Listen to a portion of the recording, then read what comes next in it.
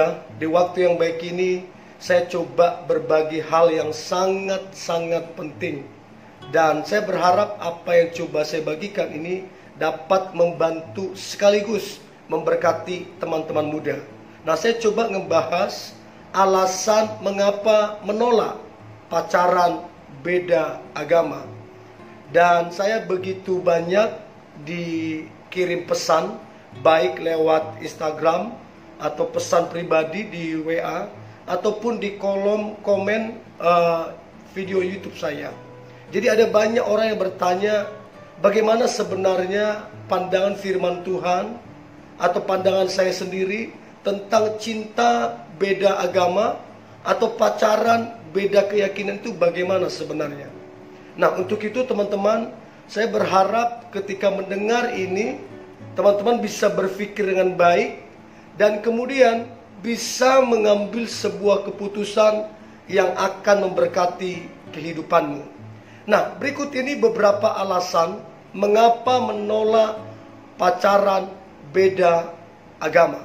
Yang pertama, karena jelas melanggar firman Tuhan. Sekali lagi, yang pertama jelas melanggar firman Tuhan. Nah, dasarnya kalau kita mau pelajari dalam 2 Korintus 6 ayat 14 sampai ayat yang ke-15.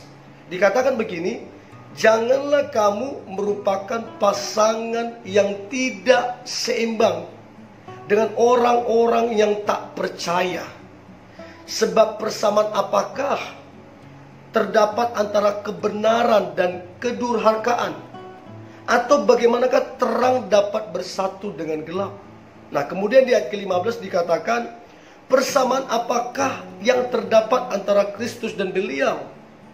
Apakah bagian bersama orang-orang percaya dengan orang-orang tak percaya?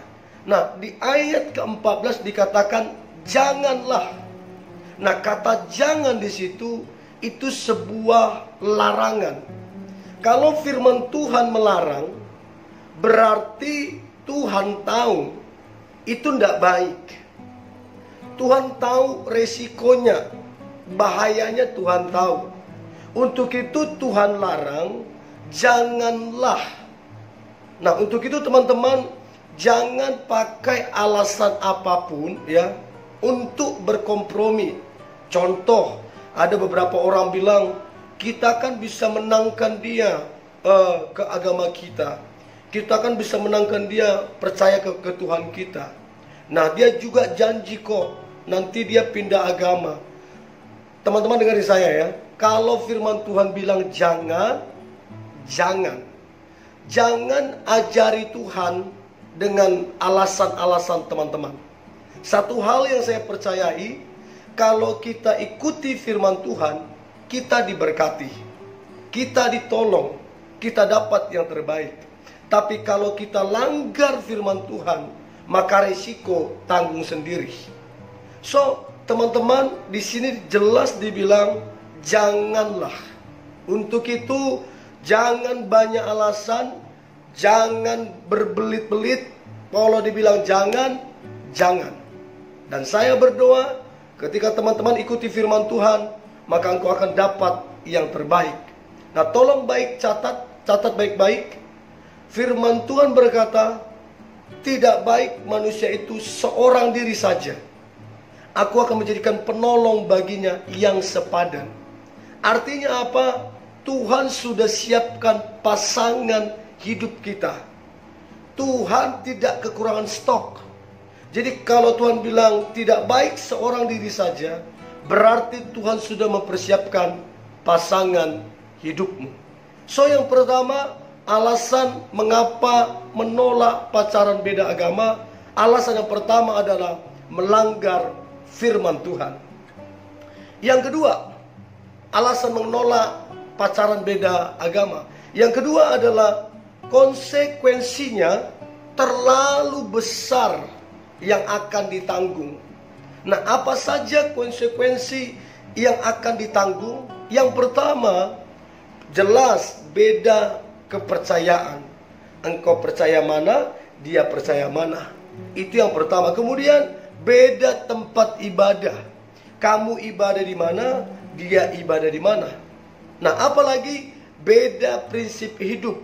Sebab apa yang kita percayai itu sangat menentukan prinsip hidup kita. Kalau kita percaya Tuhan yang ini atau Tuhan yang ini, maka beda lagi prinsip-prinsip yang diajarkan. So, untuk itu konsekuensinya adalah beda prinsip hidup. Kemudian beda kitab sucinya. Agama ini kitab sucinya ini, agama ini kitab sucinya ini. Beda. Jadi pembacaannya juga beda. Nah, kemudian apa lagi? Nanti kalau menikah, ini yang kasihan, anak-anaknya akan kebingungan. Ikuti mamanya atau ikuti bapaknya. Ini kan yang gak enak. Ini kan yang akan buat anak-anak jadi kebingungan mau ikut siapa. Nah, sekarang apa yang kita mau contohkan ke mereka? Nah, kemudian ini yang paling penting, konsekuensinya adalah beda tujuan. Tujuanmu kemana, tujuan dia kemana. Sebab beda keyakinan.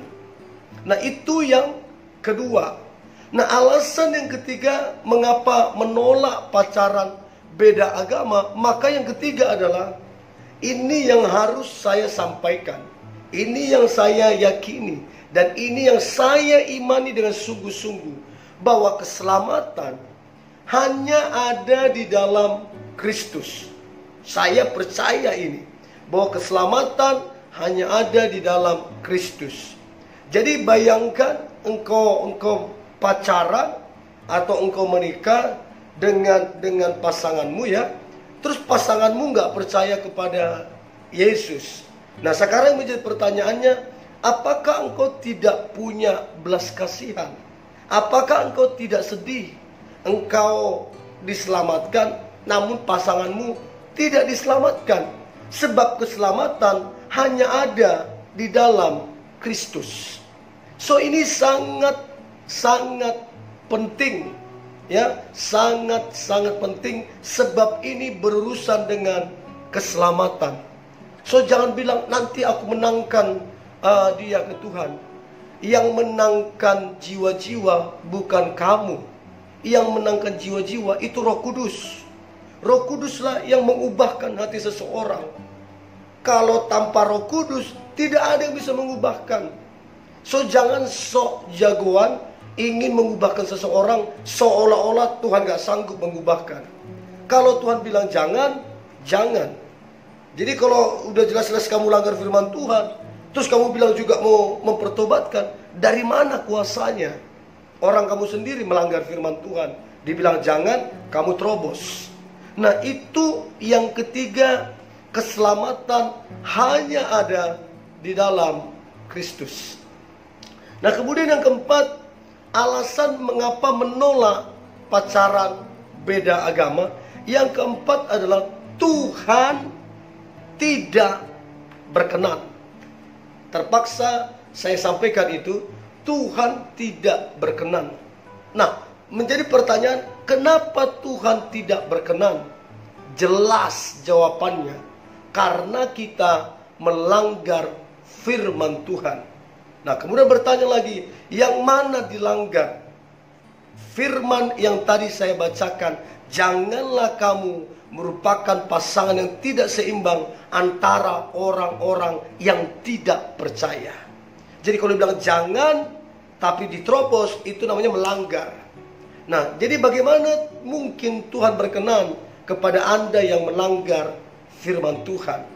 So, yang keempat, alasan menolak pacaran beda agama adalah Tuhan tidak berkenan karena melanggar firman-Nya. Jadi bisa bayangkan, hubunganmu tidak diperkenan oleh Tuhan. Coba pikirkan baik-baik itu, renungkan baik-baik. Engkau jalin hubungan tapi Tuhan tidak berkenan, sebab engkau melanggar firman-Nya. Itu yang keempat. Nah, kemudian yang kelima, mengapa menolak pacaran beda agama? Maka yang kelima adalah bagi pasanganmu bagi pasanganmu yang beda agama dengan kamu, bagi pasanganmu, Tuhanmu adalah salah. Loh, kok bisa bilang Tuhanku adalah salah?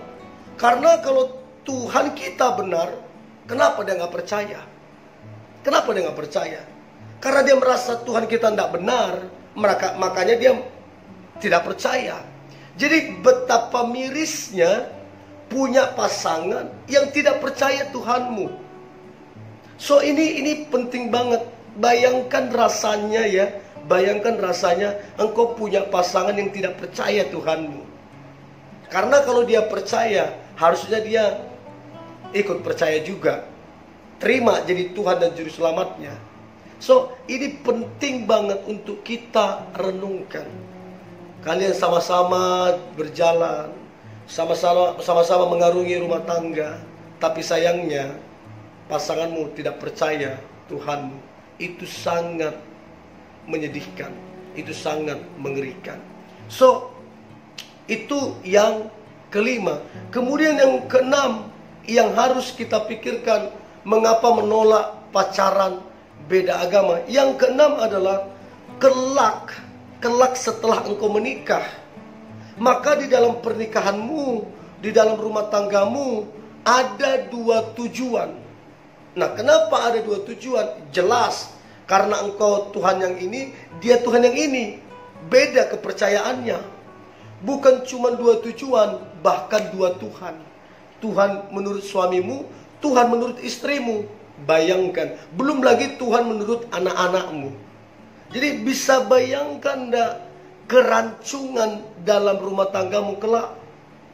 Ada muara yang berbeda-beda. Suaminya kemana, istrinya kemana, anak-anaknya juga lagi menentukan mau ikut papanya atau ikut mamanya. So cobalah pikirkan ini baik-baik. Pikirkanlah jauh ke depan daripada hanya sekedar mengikuti perasaanmu. Nah itu yang keenam. Kemudian yang ketujuh adalah mengapa menolak pacaran beda agama. Maka yang ketujuh adalah kelak kamu akan dicap. Kelak kamu akan dicap menjadi orang tua yang gagal. Orang tua yang gagal menurut firman Tuhan. Mengapa? Karena kamu gagal membawa anak-anakmu percaya kepada Kristus. Ingat, anak-anak adalah tanggung jawab kita.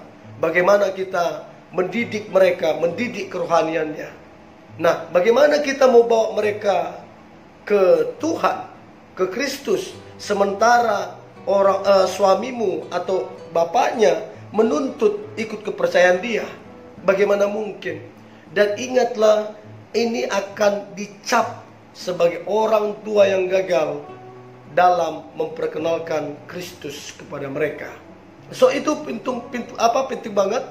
Nah, kemudian yang ke-8, alasan mengapa menolak pacaran beda agama. Yang ke-8 adalah Tuhan tidak mungkin menurunkan berkat-Nya. Tuhan tidak mungkin menurunkan berkat-Nya dengan pasangan yang melanggar firman-Nya. Nah, menjadi pertanyaan, apa yang dilanggar?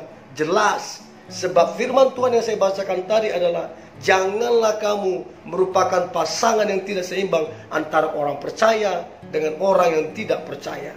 Kalau Tuhan larang, lalu kemudian engkau terobos, engkau melanggar firman Tuhan. Nah, bagaimana mungkin Tuhan memberkati orang yang melanggar firman-Nya? So, yang ke-8, Tuhan tidak mungkin memberkati hubungan yang melanggar firman-Nya. Renungkanlah itu baik-baik. Nah, kemudian yang terakhir, mengapa menolak pacaran beda agama? Maka yang terakhir adalah tidak mungkin hubunganmu menjadi teladan dan berkat bagi orang lain. Dari mana yang mau dijadikan teladan? Sebab beda keyakinan, beda tujuan. Dari mana yang mau disaksikan? Hanya karena bahagia. Bahagia yang bagaimana dulu? Kebahagiaan hanya ada di dalam Kristus. Tidak ada yang lain. Ya, bedakan kebahagiaan yang sementara dengan kebahagiaan yang selamanya yang ada di dalam Kristus. So, tidak akan mungkin menjadi teladan dan berkat kepada orang lain. So, ini yang boleh saya bagikan teman-teman muda, beberapa pertimbangan ya untuk menolak pacaran beda agama. Pesan saya, ikutilah firman Tuhan, maka pasti hidupmu diberkati Tuhan. Tetap semangat, saya percaya hari ini hari yang luar biasa, hari yang diberkati Tuhan. God bless you.